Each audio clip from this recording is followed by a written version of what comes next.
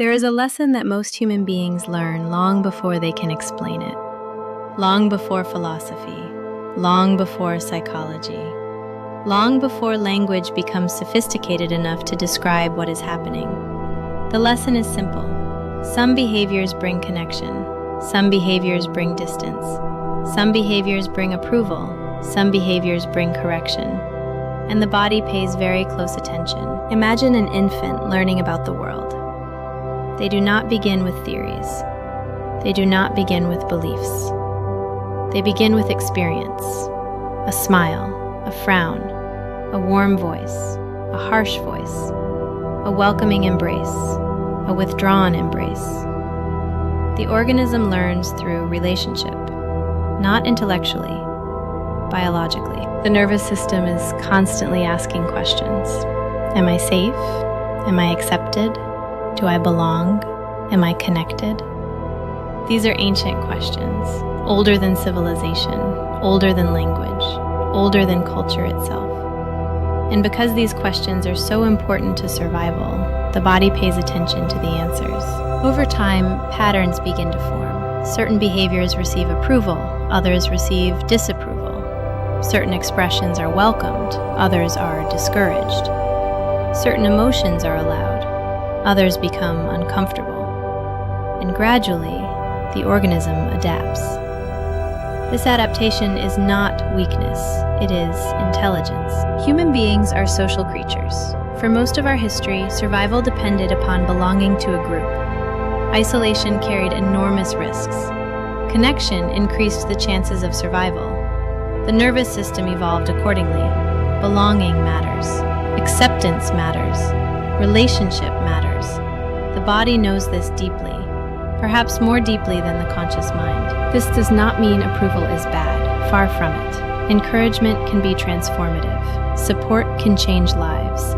Healthy praise can help confidence grow. Healthy recognition can help people discover strengths they never knew they possessed. Connection is one of the great gifts of human life. The challenge arises when approval becomes confused with identity, when the organism begins believing, I am acceptable when I obey, I am lovable when I perform, I belong when I meet expectations, and if I fail, I disappear. Most of this learning occurs quietly, rarely through dramatic events, usually through repetition, small moments, repeated thousands of times. A child speaks, the room responds. A child cries, the room responds. A child expresses excitement, the room responds. A child expresses anger, the room responds. Again and again, the nervous system gathers information.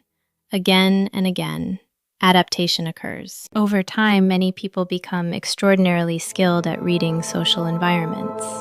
Not consciously, automatically. The body scans, faces, voices, tone, posture, energy, expressions, searching for signals, searching for safety, searching for acceptance. This process is often so automatic that it becomes invisible. The person simply experiences it as normal. Yet beneath the surface, the organism is continuously evaluating relationship. This helps explain why rejection can feel so powerful. Even minor rejection, a dismissive tone, an ignored message, a critical comment, a cold response. The body often reacts before the mind fully understands what happened. A tightening in the chest, a sinking sensation, a knot in the stomach, a change in breathing. The organism responding to perceived disconnection. Again, not because the person is weak, not because they are broken, but because connection matters. The body knows it matters. The fascinating thing is that these adaptations often remain long after the original circumstances have changed. A child who learned to stay quiet may become an adult who struggles to speak. A child who learned to perform may become an adult who struggles to rest. A child who learned to please may become an adult who struggles to say no. The adaptation survives. even when the environment no longer requires it. This is not a failure of the organism. It is evidence of how effectively it learns. The body remembers. The nervous system remembers. The patterns continue until they are examined. And perhaps this is where awareness becomes important, because many of the patterns we carry began as intelligent solutions. The goal is not to judge them. The goal is to understand them, to ask, what was this protecting? What was this helping me achieve? What was this adaptation trying to accomplish? Often the answer is surprisingly simple: connection, safety, belonging, acceptance. Things every human being seeks, things every human being deserves. As adults, we gain an opportunity that children rarely possess. We can begin examining the rules we inherited, the conditions we accepted, the beliefs we absorbed. We can ask, is this still true? Do I still need this strategy? Does this pattern still serve me? And perhaps most importantly, can I remain connected to myself even when approval disappears? That is a profound question, because true maturity may not be learning how to gain approval. It may be learning how to remain whole when approval is absent.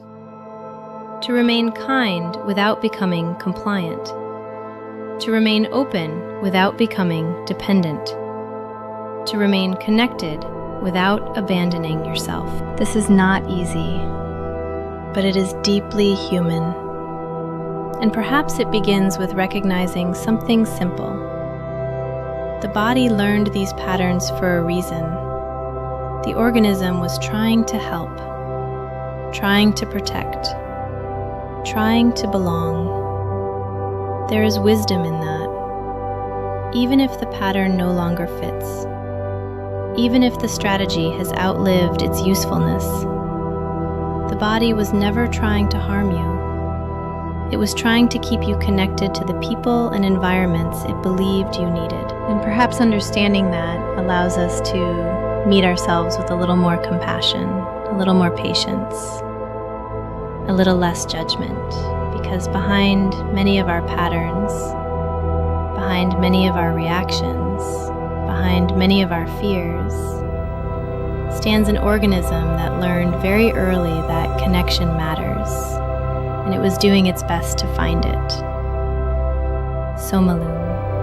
Sometimes the patterns we need to release were once the patterns that helped us survive.